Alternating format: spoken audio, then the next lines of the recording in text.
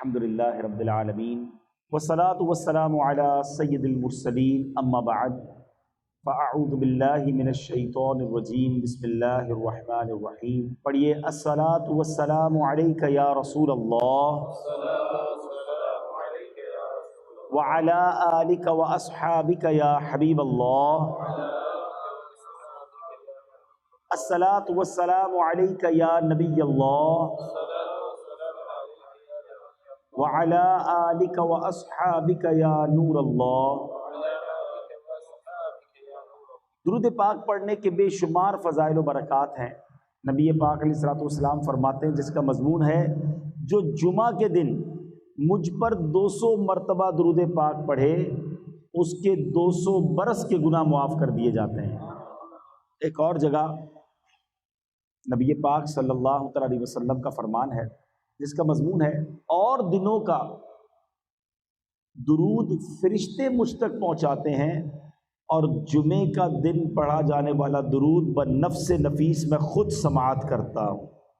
یعنی آقا براہ راست جمعے کا درود جو ہے وہ سماعت فرماتے ہیں. تو ہمیں چاہیے کہ جمعے کے دن کثرت کے ساتھ درود پاک پڑھیں، محبت کے ساتھ بآواز بلند درود پاک پڑھ لیں. صلو علی الحبیب صلی اللہ تعالی علیہ. جمعے کے دن پر ہی آج کچھ بات کرتے ہیں. نارملی ہم جمعے کا دن ڈے آف فرائیڈے آرڈنری انداز میں گزار لیتے ہیں، تھوڑی سی کوشش کر کے جمعے کی نماز پڑھ لیتے ہیں، لیکن شاید یہ احساس نہیں ہوتا کہ یہ جمعہ ہمارے لیے کتنا بڑا رب کی طرف سے انعام ہے. جمعہ جو ہے وہ سید الایام ہے، تمام دنوں کا سردار ہے. جمعے کے دن جہنم کی آگ نہیں سلگائی جاتی. جمعہ کا جو دن ہوتا ہے اس کی رات کو دوزخ کے دروازے نہیں کھلتے. جمعے کے دن کو بروز قیامت دلہن کی طرح اٹھایا جائے گا.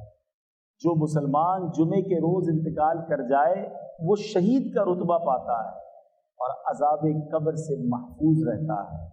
اور سبحان اللہ، جمعے کی ایک نیکی 70 نیکیوں کے برابر ہے.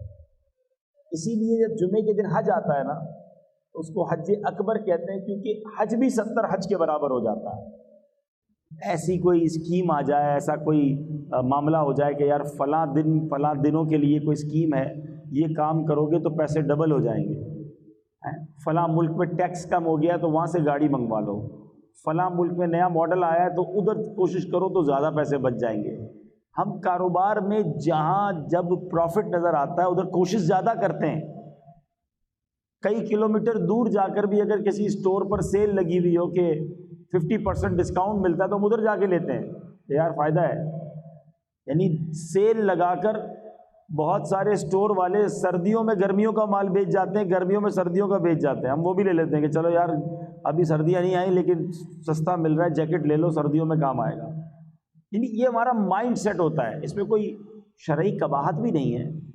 لیکن یہی ذہن نیکیوں میں کیوں نہیں بنتا؟ جمعے کے دن ایک نیکی کریں تو 70 نیکیاں ہیں.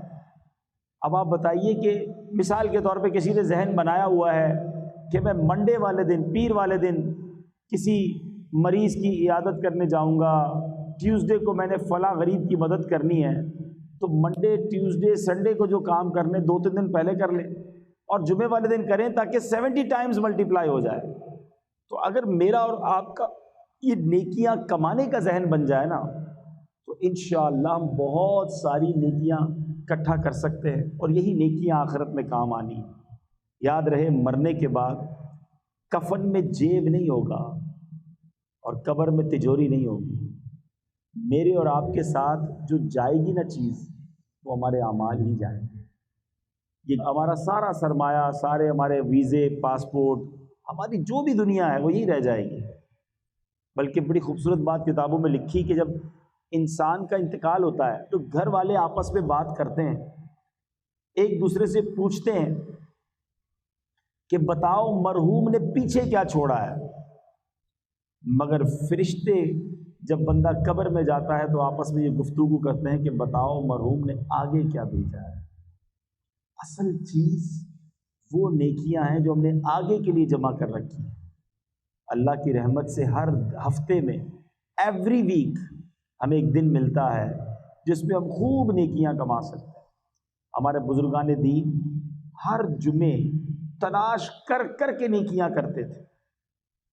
ہمیں بھی یہ ذہن بنانا چاہیے. اور جمعے کے دن کی اہمیت کا اندازہ اس بات سے لگائیں کہ اس دن کی اہمیت اتنی ہے کہ اللہ تعالیٰ نے اس دن کی فضیلت بیان کرنے کے لیے قرآن میں ایک پوری سورت سورہ جمعہ کے نام سے نازل فرمائی ہے. ایک پوری سورت کا نام ہی سورہ جمعہ ہے. اور اس میں ارشاد باری ہوتا ہے, اس کا ترجمہ کیا ہے؟ اے ایمان والو, جب نماز کی اذان ہو جمعہ کے دن تو اللہ کے ذکر کی طرف دوڑو اور خرید و فروخت چھوڑ دو, یہ تمہارے لیے بہتر ہے اگر تم جانو. تو جمعہ کے لیے سب سے اہم کام نماز جمعہ ہے. کہ حدیث پاک کا مضمون ہے کہ جمعہ کے دن جو سب سے پہلے آتے ہیں وہ ایسے ہیں جیسے جنہوں نے اللہ کی راہ میں اونٹ صدقہ کیا ہو. یعنی آپ سوچیں کہ ہر جمعے اونٹ قربان کرنا آسان تو نہیں ہے, لیکن ہر جمعے آپ اونٹ صدقہ کرنے کا ثواب کما سکتے ہیں جو سب سے پہلے آتے ہیں. اس کے بعد آنے والے ایسا ہے جیسا اس نے گائے صدقہ کی ہو. اس کے بعد آنے والا ایسا ہے, نبی پاک فرماتے جیسے بکری صدقہ کی ہو. اس کے بعد آنے والا ایسا ہے جیسے مرغی صدقہ کی ہو. اس کے بعد آنے والا ایسا ہے جیسے انڈا صدقہ کیا ہو. یعنی ثواب کم ہوتا جائے گا. تو ہمیں کیا کرنا چاہیے کہ کام کاج چھوڑ کر اہتمام کے ساتھ جمعے کے دن جلدی مسجد میں آ جائیں. اور ماشاءاللہ سے ایک اور فائدہ یہ بھی ہوگا کہ جو بیان ہو رہا ہوگا وہ بھی سننے کو ملے گا, علم دین بھی ملے گا اور راہ خدا میں اونٹ صدقہ کرنے کا ثواب بھی مل جائے گا.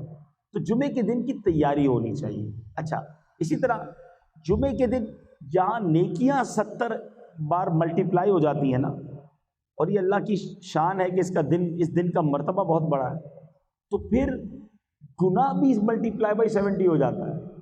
جمعے کے دن گناہ سے بچنا ہے. عام دنوں میں بھی بچنا ہے مگر جمعے کے دن زیادہ بچنا ہے.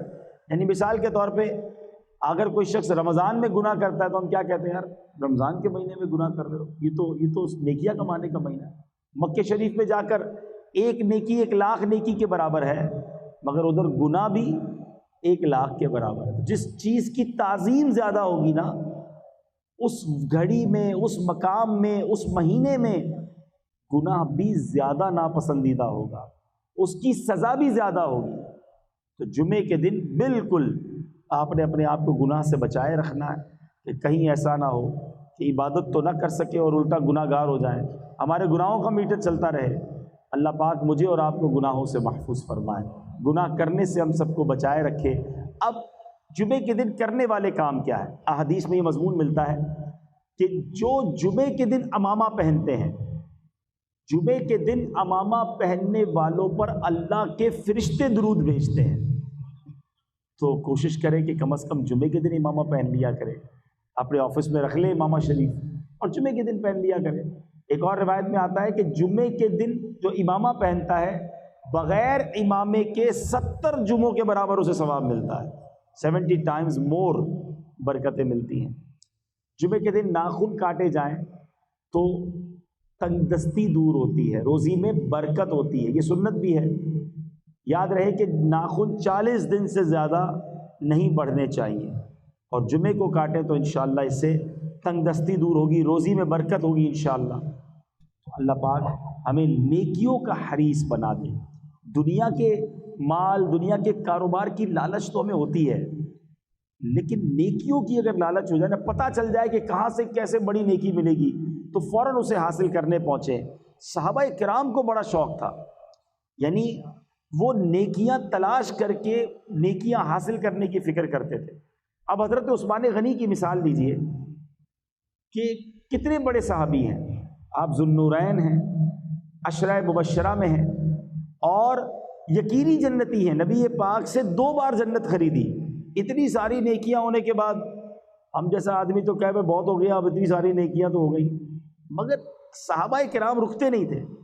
ایک بار نبی پاک علیہ الصلوۃ والسلام نے مدینے کے لوگوں کو پانی کی ضرورت تھی, تو جو کنواں والا شخص تھا اس سے کہا کہ یہ کنواں مجھے دے دو اور اس کنویں کے بدلے جنت میں کنواں لے لو.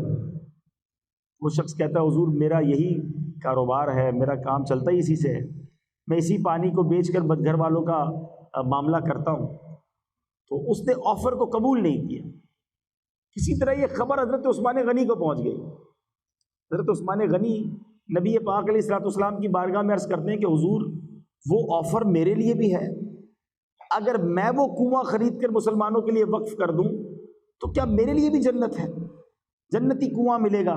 نبی پاک نے فرمایا اے عثمان یہ آفر یہ تمہارے لیے بھی ہے۔ حضرت عثمان نے وہ کنواں جس قیمت میں اس نے دیا خریدا اور مسلمانوں کے لیے وقف کر دیا۔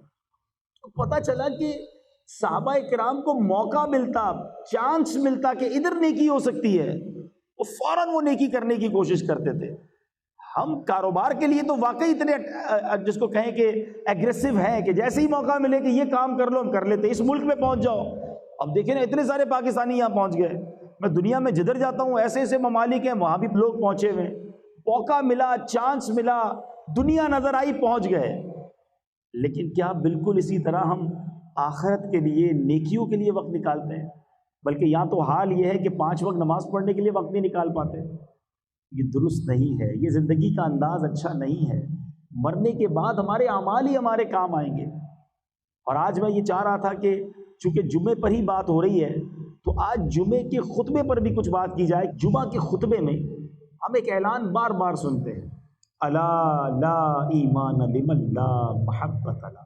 کبھی میں آپ کو مشورہ بھی دوں گا کہ بچپن سے جمعے کا خطبہ ہم سن رہے ہیں، کئیوں کو تو یاد بھی ہو گیا ہوگا، مگر اس کا ترجمہ بھی تو کبھی پڑھ لیں کہ امام صاحب ہر جمعے خطبہ دیتے ہیں، اس میں کہتے کیا ہیں، فرماتے کیا ہیں، سناتے کیا ہیں۔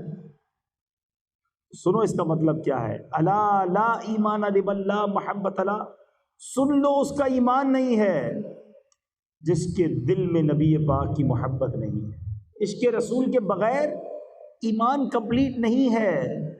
محمد کی محبت دین حق کی شرط اول ہے، اسی میں ہو اگر خامی تو سب کچھ نامکمل ہے۔ تو محبت رسول یہ ہمارے ایمان کی جان ہے۔ مگر اب سوال یہ ہے کہ محبت ہونی کتنی چاہیے؟ محبت تو بہت ساروں سے ہوتی ہے، ماں باپ سے بھی ہوتی ہے، بھائی بہنوں سے بھی ہوتی ہے، بچوں سے بھی ہوتی ہے، بچوں کی امی سے ہوتی ہے، دوستوں سے ہوتی ہے، کاروبار سے ہوتی ہے، تو پیارے آقا سے بھی ہوگی؟ نہیں جناب، کتنی ہونی چاہیے یہ بھی نبی پاک نے خود بیان کیا۔